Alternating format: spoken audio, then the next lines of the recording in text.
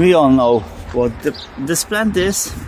It's a sage, and these plants grow right in perfectly drained areas. This doesn't mean they don't need water, but a bit of water will help them a lot. These are good for pollinators. Right now there aren't much bees, but usually around 11 o'clock, when the sun is bright and warm, you will see it's usually covered in bees collecting honey. As you can see, it's full of flowers, and they will help the bees a lot. This plant usually stays in flower for a long time.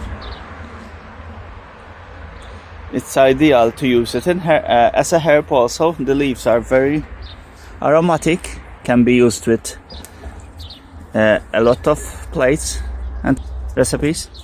The leaves can be either used green like this, or you can even dry them up. You can let them dry and mince them and dry them. This here, what you see, is one plant. So if you can see, it's very large. It's over nearly up to 1.5 meters square,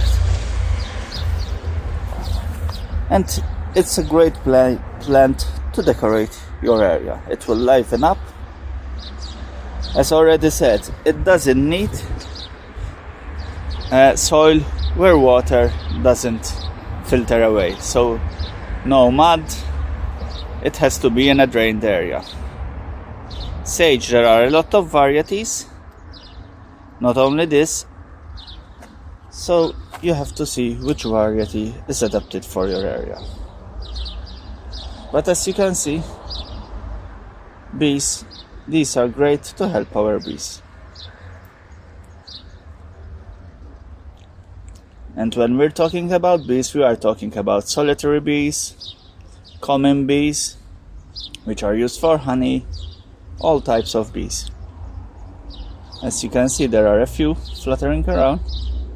Hopefully it will help the bees have more food for them to pass during summer, when the flowers are a bit scarce.